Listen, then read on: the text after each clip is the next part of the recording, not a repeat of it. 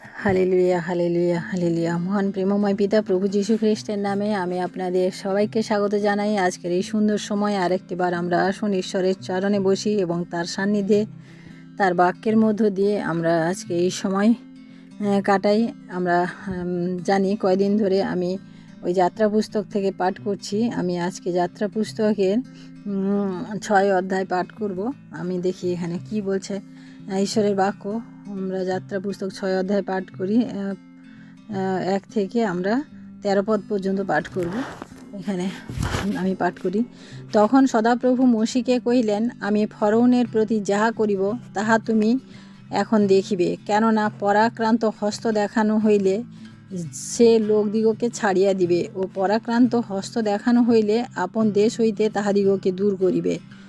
ঈশ্বর মোশির সহিত আলাপ করিয়া আরও কহিলেন, আমি জিহোবা সদাপ্রভু। আমি অব্রাহামকে, ইসাহাককে ও যাকবকে সর্বশক্তিমান ঈশ্বর বলিয়া দর্শন দিতাম, কিন্তু আমার জিহোবা সদাপ্রভুর নাম লইয়া তাহাদিগকে আমার পরিচয় দিতাম না।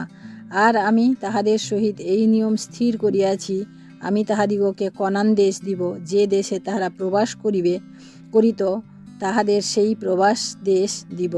অধিকন্তু মিস্রীয়দের দ্বারা দাসত্বে নিযুক্ত ইসরায়েল সন্তানদের কাতরোক্তি শুনিয়া আমার সেই নিয়ম স্মরণ করিলাম। অতএব ইসরায়েল সন্তানদিগকে বলো, আমি জিহোবা, আমি তোমাদিগকে মিস্রীয়দের ভারের নিচে হইতে বাহির করিয়া আনিব ও তাহাদের দাসত্ব হইতে উদ্ধার করিব, এবং প্রসারিত বাহু ও মহৎ শাসন দ্বারা তোমাদিগকে মুক্ত করিব। আর আমি তোমাদিগকে আপন প্রজারূপে গ্রাহ্য করিব ও তোমাদের ঈশ্বর হইব। তাহাতে তোমরা জানিতে পারিবে যে আমি জিহোবা তোমাদের ঈশ্বর, যিনি তোমাদিগকে ইসরায়েলের ভারের নিচে হইতে বাহির করিয়া আনিয়াছেন। আর আমি অব্রাহামকে, ইসাহাককে ও যাকবকে দিবার জন্য যে দেশের বিষয়ে হস্ত উঠাইয়াছি, সেই দেশে তোমাদিগকে লইয়া যাইব এবং তোমাদের অধিকারার্থে তা দিব, আমি সদাপ্রভু। পরে মোশি ইসরায়েল দিগকে তদনুসারে কহিলেন, কিন্তু তাহারা মনের অধৈর্য ও কঠিন দাস্যকর্মে হেতু মোশির বাক্যে মনোযোগ করিল না।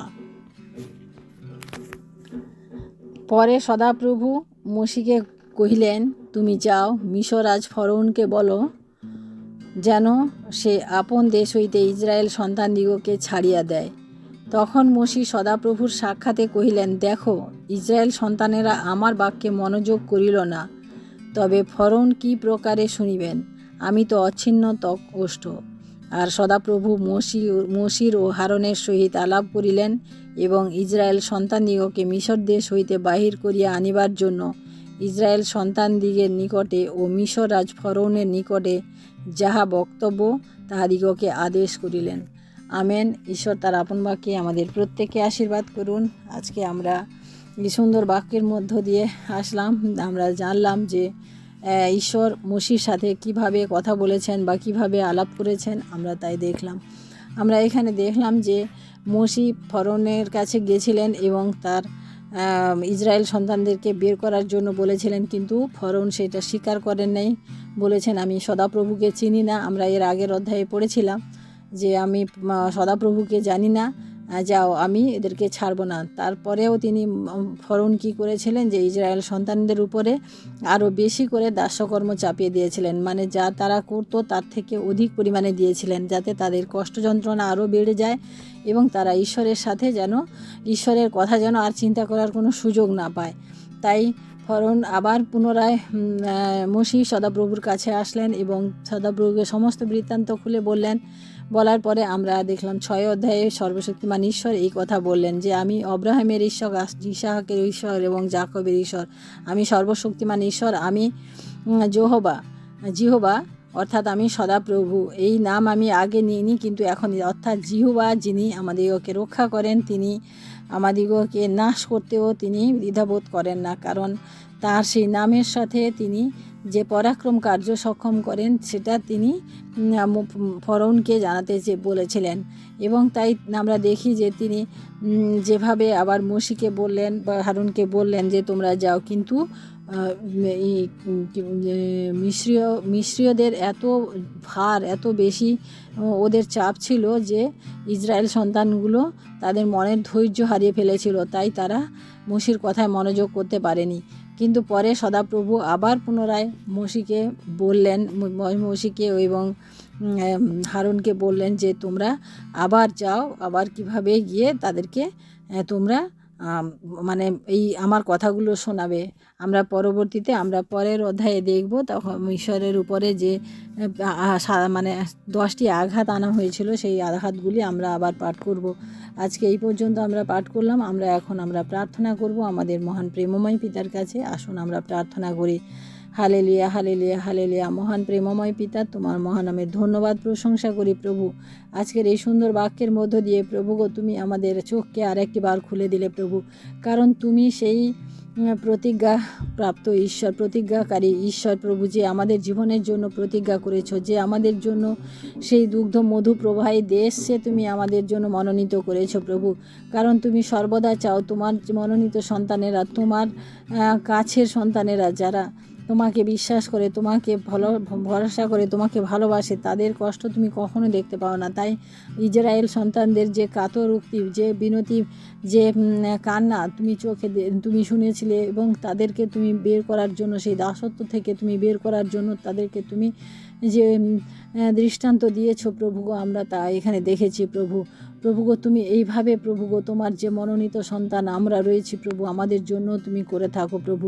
তাই তোমাকে ধন্যবাদ করি প্রভু গো, তোমার এই সুন্দর বাক্যের মধ্য দিয়ে প্রভু, যেভাবে প্রভু গো তুমি বারবার মোশির সাথে তুমি কথা বলেছো এবং মোশিকে বারবার বোঝানোর চেষ্টা করেছো কিভাবে সেই তোমার সে মনোনীত সন্তানদেরকে বের করা যায়। আমরা জানি প্রভু তুমি ইচ্ছা করতে পারতে প্রভু, যে একদিনেই তুমি সেই সন্তানদেরকে বের করতে পারতে, কিন্তু প্রভু সেখানে 40 বছর লেগেছিল প্রভু। 40 বছরে সেই ইসরায়েল সন্তানদেরকে কানান দেশে নিয়ে আসা হয়েছিল। তার কারণ প্রভু, তুমি এই 40 বছরের মধ্যে প্রভু গো তুমি মানব জাতিকে এত শিক্ষা তুমি দিয়েছো প্রভু, যে শিক্ষার প্রয়োজন রয়েছিল প্রভু। তাই তোমাকে ধন্যবাদ করি প্রভু গো, আজকের এই সুন্দর দিনে, সুন্দর সময় প্রভু গো, আমরা প্রভু গো তোমার চরণে উপস্থিত হতে পেরেছি প্রভু। তাই তোমায় ধন্যবাদ করি প্রভু। প্রভু গো, এইভাবে প্রতিনিয়ত যেন আমরা তোমার চরণে, তোমার সাক্ষাতে আসতে পারি প্রভু, কারণ তোমার মনোনীত সন্তান, তোমার রাজকীয় বংশ আমরা প্রভু।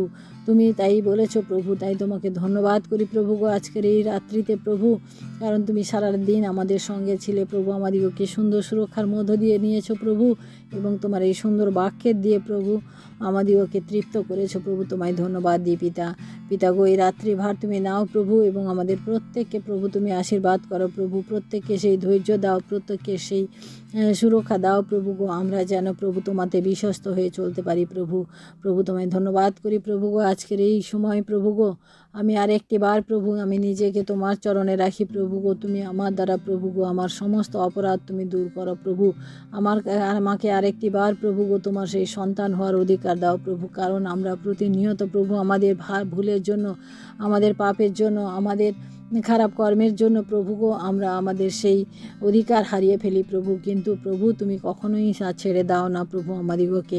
তুমি প্রতিনিয়ত প্রভু তুমি আমাদের হাত ধরে রেখেছো প্রভু। তাই তোমায় ধন্যবাদ করি প্রভু গো আজকের এই রাত্রিতে প্রভু গো আরেকটি বার প্রভু আমি তোমার সেই সন্তানদের জন্য প্রার্থনা করি প্রভু গো, যারা প্রভু এখনও প্রভু গো সেই মিশরীয় রাজাদের মধ্যে কাছে রয়েছে প্রভু, যারা সেই দাসত্বের মধ্যে রয়েছে প্রভু, যারা সেই খারাপ অবস্থার মধ্যে রয়েছে প্রভু, সেই সমস্ত সন্তানদেরকে প্রভু তুমি রক্ষা করো প্রভু।